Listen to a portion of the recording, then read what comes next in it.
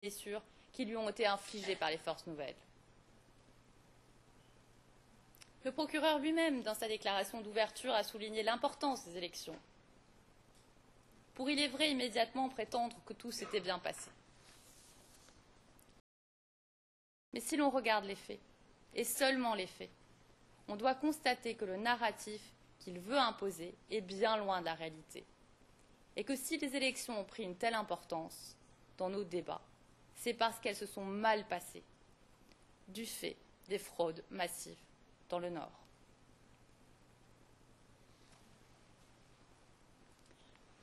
Le procureur indique que le président de la Commission électorale indépendante, la CEI, a annoncé les résultats provisoires et a déclaré que Ouattara avait remporté 54,1% des voix et Gbagbo 47,9%, paragraphe 7 du document contenant les charges.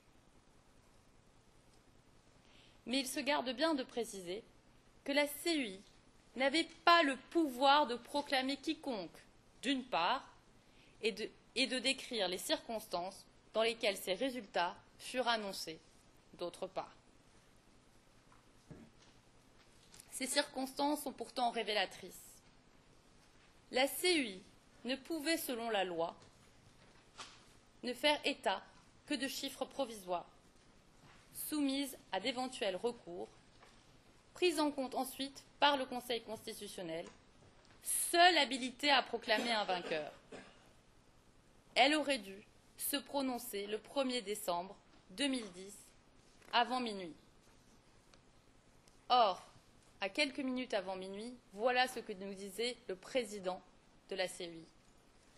Le président, la question de minuit a été posée. Est-ce qu'après minuit, la CEI a encore la compétence de proclamer un résultat? Je vais vous répondre qu'il n'est pas encore minuit.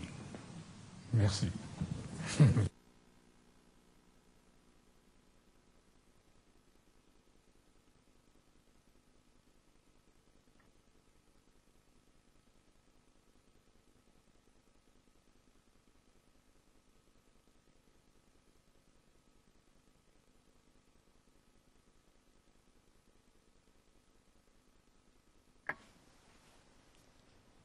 Nous souhaitons insister sur le caractère préparatoire des résultats collectés par la CEI. Dans le cas d'une élection présidentielle, la CEI se livre à un travail préparatoire à la décision du Conseil constitutionnel. Au terme de l'article 2 de la loi portant création de la Commission électorale indépendante, il est précisé que dans le cas des élections présidentielles, la proclamation définitive des résultats relève de la compétence exclusive du Conseil constitutionnel, conformément à l'article 94 de la Constitution de la Côte d'Ivoire. La CEI n'est pas le Conseil constitutionnel. Lui seul est habilité à proclamer des résultats définitifs de l'élection présidentielle. En aucune manière, la CEI n'est un Conseil constitutionnel bis, malgré ce que la communauté internationale et une presse engagée ont tenté de nous faire croire. Et malgré ce que le procureur a tenté de nous faire croire le 19 février 2013, dans sa déclaration d'ouverture, lorsqu'il a affirmé que la décision de la CEI aurait été renversée, overturned, par le Conseil constitutionnel. Quoi qu'il en soit, cette annonce de résultat n'est intervenue que le jeudi 2 décembre 2010, dans l'après-midi, au-delà du terme fixé par la loi. De plus, cette annonce a eu lieu dans des conditions éminemment suspectes. Le président de la CEI semble avoir été convaincu de se rendre seul au quartier général d'Alassane Ouattara pour y faire une annonce, à la surprise générale, alors même que tous les autres membres de la commission électorale l'attendaient au siège de cette commission. Je vous propose d'écouter un extrait. Effectivement, c'est un scénario incroyable auquel nous avons assisté cet après-midi. Nous nous sommes rendus dans le quartier de la Riviera pour assister à une conférence de presse du RHDP, le parti d'Alassane Ouattara. Dans un premier temps, cette conférence a été repoussée, puis alors que nous étions plus que quelques journalistes, nous avons été invités dans la salle de presse. Youssouf Bakayoko, le président de la CEI, est arrivé, sans préambule, escorté par 2 militaires. Dans une brève élocution, il a détaillé les résultats de l'élection présidentielle en donnant Alassane Ouattara, candidat du RHDP, comme gagnant du scrutin avec 54,10% des suffrages contre 45,9% pour Laurent Gbagbo. Cette annonce aurait dû logiquement se faire au siège de la CEI, mais c'est sans plus d'explications qu'ils nous ont été communiqués. Ce sont bien entendu des résultats provisoires que le Conseil constitutionnel devra valider dans les prochains jours.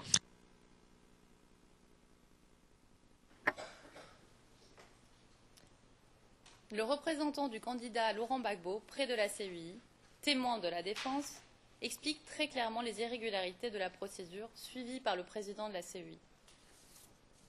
D'ailleurs, dans une interview, Jean Ziegler, le vice-président du comité consultatif du Conseil des droits de l'homme des Nations Unies, a jugé la proclamation du président Ouattara unilatérale et totalement illégale.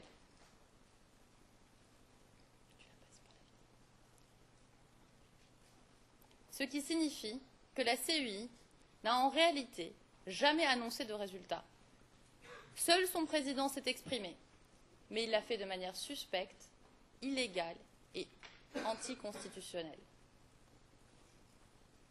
Par ailleurs, la certification par les Nations Unies de ces soi-disant résultats a été faite en violation de la résolution 1933/2010 du Conseil de sécurité. En effet, au terme de cette résolution, le représentant spécial du secrétaire général était mandaté pour ne certifier que les étapes de la procédure électorale. En clair, il devait attendre les résultats du Conseil constitutionnel pour certifier un résultat et en aucune manière court-circuiter ce Conseil constitutionnel sur la base de chiffres provisoires. D'ailleurs, il est curieux que le président de la CEI ait annoncé Alassane Ouattara en tête, alors que la CEI avait reçu la veille une lettre de la société chargée de traiter électroniquement les résultats, dans laquelle il était indiqué que Laurent Gbagbo devait devancer nettement Alassane Ouattara. Nous vous renvoyons à la pièce du procureur 0022 1704.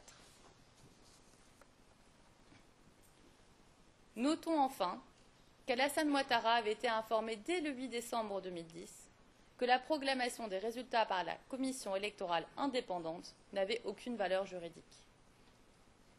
Il n'appartenait qu'au Conseil constitutionnel de se prononcer.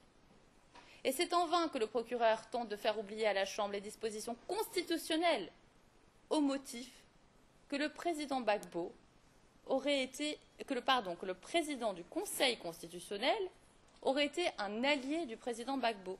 C'est ce qu'il nous dit au paragraphe 7. Mais ce n'est pas le président du Conseil constitutionnel seul qui a proclamé le président Gbagbo vainqueur des élections, mais le Conseil constitutionnel tout entier, en assemblée plénière, composé de ses 7 membres. Les membres du Conseil constitutionnel ont siégé et délibéré légalement, légitimement et régulièrement dans le cadre de leurs fonctions et des pouvoirs qui leur ont été conférés par la Constitution et les lois ivoiriennes. Il était intéressant de noter que même après que le président Gbagbo ait été arrêté, le Conseil constitutionnel n'a pas voulu renverser véritablement sa décision antérieure et s'était contenté d'indiquer qu'il faisait sienne les décisions de l'Union africaine en proclamant Alassane Ouattara président le 6 mai 2011. Enfin, le procureur tente aussi de nous faire croire, de vous faire croire, que le président Gbagbo et Alassane Ouattara auraient prêté serment simultanément. Il n'en est rien. Peu de temps après la déclaration du président de la CEI à son quartier général de campagne, Alassane Ouattara se présenter aux journalistes dans la même salle comme le président élu.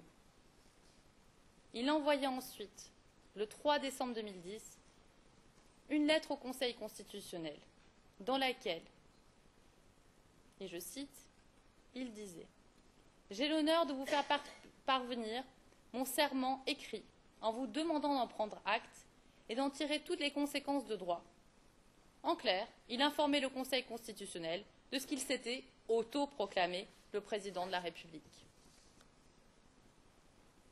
Le Conseil constitutionnel lui répondait le 8 décembre 2012 que la commission électorale indépendante n'a pu valablement vous déclarer élu comme nouveau président de la République de Côte d'Ivoire. Après avoir proclamé les résultats définitifs, le Conseil constitutionnel a informé Alassane Ouattara que la seule personne habilitée à prêter serment était le président Gbagbo.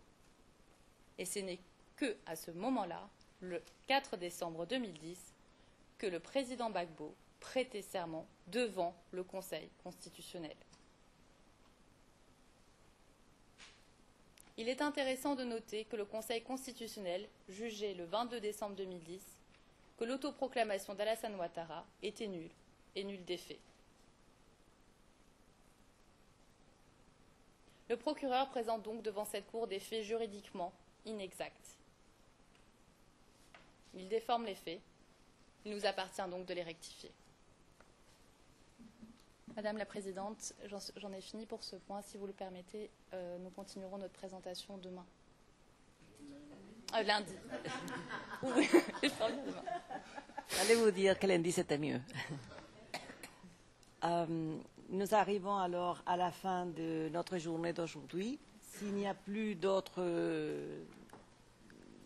observations, s'il n'y a plus d'observations, on va lever la session. Je vous souhaite un bon week-end et on se retrouve à lundi à 2h30.